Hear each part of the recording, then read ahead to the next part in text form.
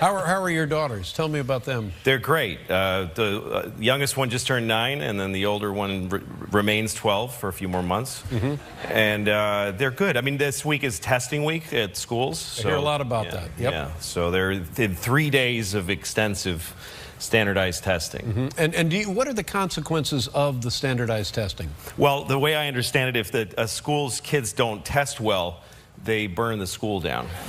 So it's pretty high pressure. A lot of pressure on the kids. Yeah. Wow. And the tests are written by people that nobody knows who they are. It's very secretive. Mm-hmm.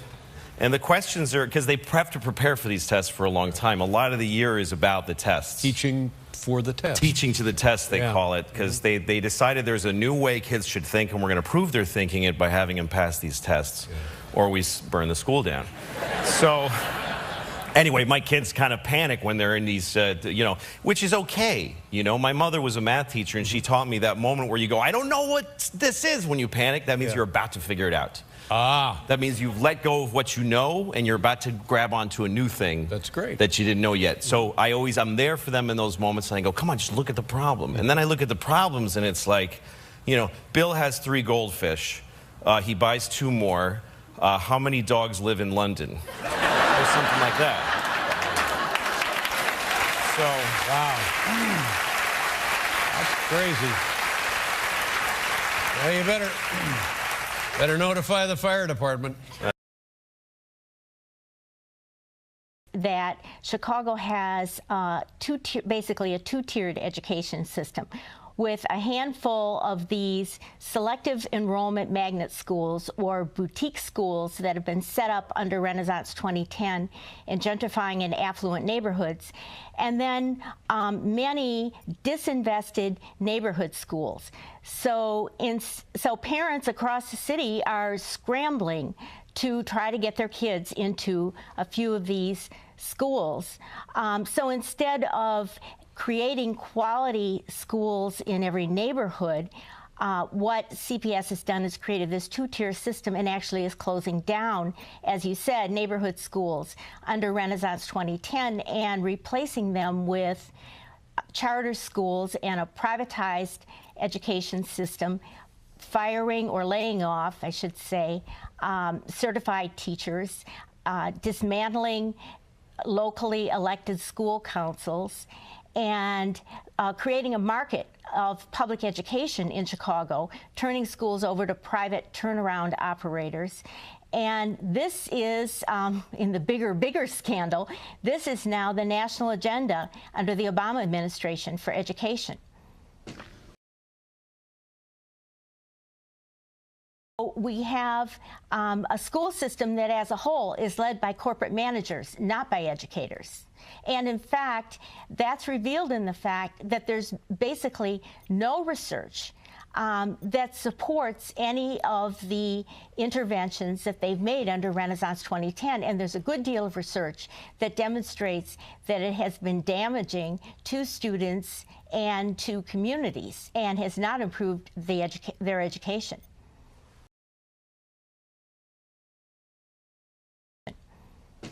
And amazingly, Arne Duncan doesn't have that much of a, he's not an educator by trade, to speak of. Would you talk a little bit about his background?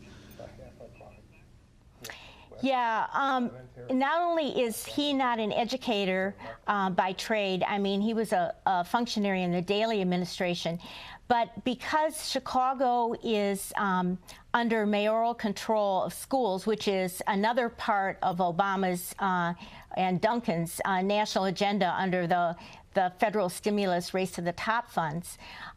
Because of that, what we have is exactly a school system that is led at the top by virtually no educators. There is only one educator in a high position. The board are all appointed by Daley. They are all bankers or corporate heads.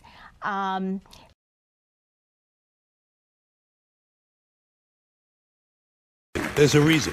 There's a reason for this. There's a reason education sucks, and it's the same reason that it will never, ever, ever be fixed. It's never going to get any better. Don't look for it. Be happy with what you got. because the owners of this country don't want that. I'm talking about the real owners now.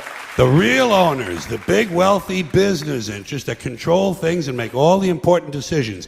Forget the politicians. The politicians are put there to give you the idea that you have freedom of choice. You don't. You have no choice. You have owners. They own you. They own everything. They own all the important land. They own and control the corporations. They've long since bought and paid for the Senate, the Congress, the state houses, the city halls. They got the judges in their back pockets.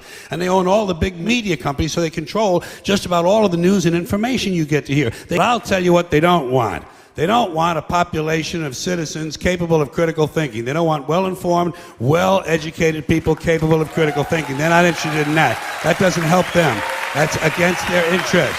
That's right. You know what they want? They want obedient workers. Obedient workers. People who are just smart enough to run the machines and do the paperwork, and just dumb enough to passively accept all these increasingly shittier jobs with the lower pay, the longer hours, the reduced benefits, the end of overtime, and the vanishing pension that disappears the minute you go to collect it. And now they're coming for your Social Security money. It's a big club, and you ain't in it. You and I are not in the big club.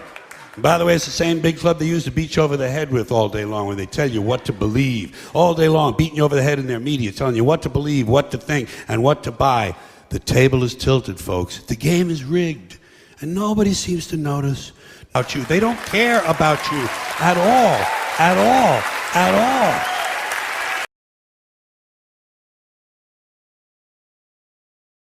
These tests will help Miss O'Brien figure out where little girl needs help. Well, I don't know what planet the president is on, but the fact of the matter is this is baloney. High-stakes test results almost never come back until the end of the year in most states, in Texas, New York, and Massachusetts. By the time the scores come back, they're not your students any longer. They have no role, they have no diagnostic role in helping you to find out where that child's weaknesses may lie. Their only function is to humiliate the school, to embarrass the principal, and to drive the principal further and further in the direction of doing rote and drill instruction next time around so that she can possibly pump the test scores before a second year of failure.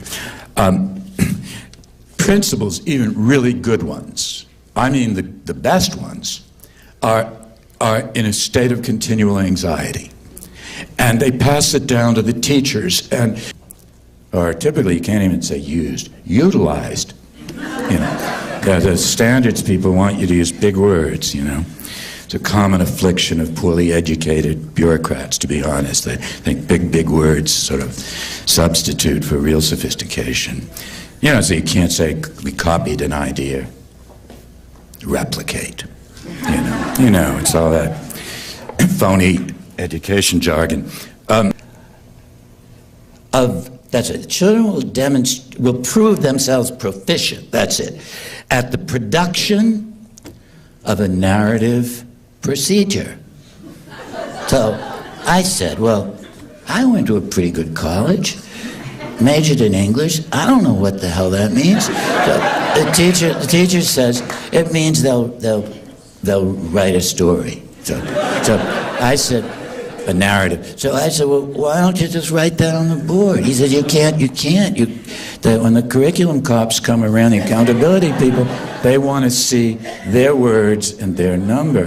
The number, my friends, is useless. It's worthless. It has no benefit to children. This is a pure case of sacrificing the interests of children to the accountant mentality that's been foisted on our schools by the president's bill.